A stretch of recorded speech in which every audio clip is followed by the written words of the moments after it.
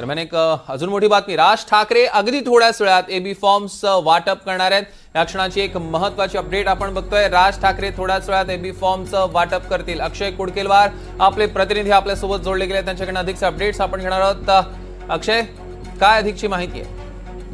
सौरभ, आपण जर बघितलं तर महाराष्ट्र नवनिर्माण सेनेच्या गोटामध्ये नेमकं एबी फॉर्मचं वाटप कधी केलं जाईल, आपल्याला उमेदवारी मिळणार की नाही याचा सस्पेन्स कायम होता। अवघ्या काही मिनिटात म्हणता येईल आपल्याला किंवा अवघ्या तासाभरात हा सस्पेन्स संपणार आहे। राज ठाकरे यांनी जे त्यांच्या पक्षाचे संभाव्य उमेदवार आहेत त्या सगळ्या नावांची चाचपणी केली आहे। त्या सगळ्या नावांची यादी महाराष्ट्र नवनिर्माण सेनेच्या नेत्यांनी आता राज ठाकरे यांच्या पुढे ठेवली। राज ठाकरे यांनी देखील या सगळ्या नावांच्या यादीला आणि एबी फॉर्मला हिरवा कंदील दिलेला आहे। यानंतर आता सगळे महाराष्ट्र नवनिर्माण सेनेचे जे प्रमुख नेते आहेत ज्यांच्या माध्यमातून या एबी फॉर्मचं वाटप करण्यात येणार आहे, नितीन सरदेसाई असतील, त्यासोबतच मनसे नेते शिरीष सावंत असतील, दोन्ही उपनगराचे उपाध्यक्ष यशवंत किल्लेदार आहेत, योगेश सावंत आहेत, संदीप देशपांडे आहेत, हे सगळी जे महत्वाच्या निर्णय प्रक्रियेमध्ये आणि एबी फॉर्म वाटप करण्याच्या प्रक्रियेमध्ये जी लोक आहेत ही आता महाराष्ट्र नवनिर्माण सेनेचं हे जे निवडणूक कार्यालय या ठिकाणी आहे या निवडणूक कार्यालयामध्ये दाखल झालेले आहेत। आणि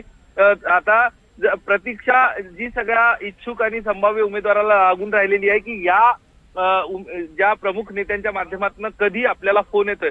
आपण बघतोय की अनेक काही महत्वाचे जे नेते आहेत त्यांनी राज ठाकरे यांच्यासोबत चर्चा केली। मनसेचे नेते संदीप देशपांडे हे देखील आपल्याला राज ठाकरे यांच्या शिवतीर्थ निवासस्थानी बघायला मिळतात। त्यांची देखील राज ठाकरे यांच्यासोबत काही वेळापूर्वी चर्चा झाली। एकूणच जागा वाटपा संदर्भात आणि उमेदवारी आणि एबी फॉर्म कधी द्यायचे या संदर्भात राज ठाकरे यांच्यासोबत चर्चा झाली।